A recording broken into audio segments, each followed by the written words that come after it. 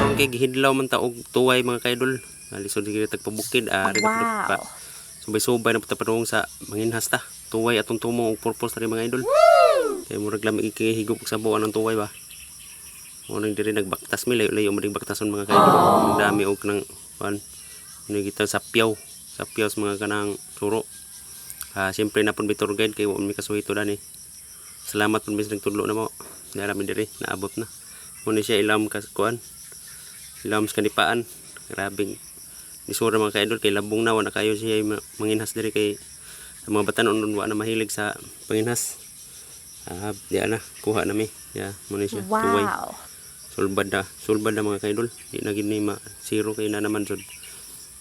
Kay na linaw kayo mga kaidol nindot ko tanawon kay sa ilam sa kalasangan si may hadlok ko unta niya. What?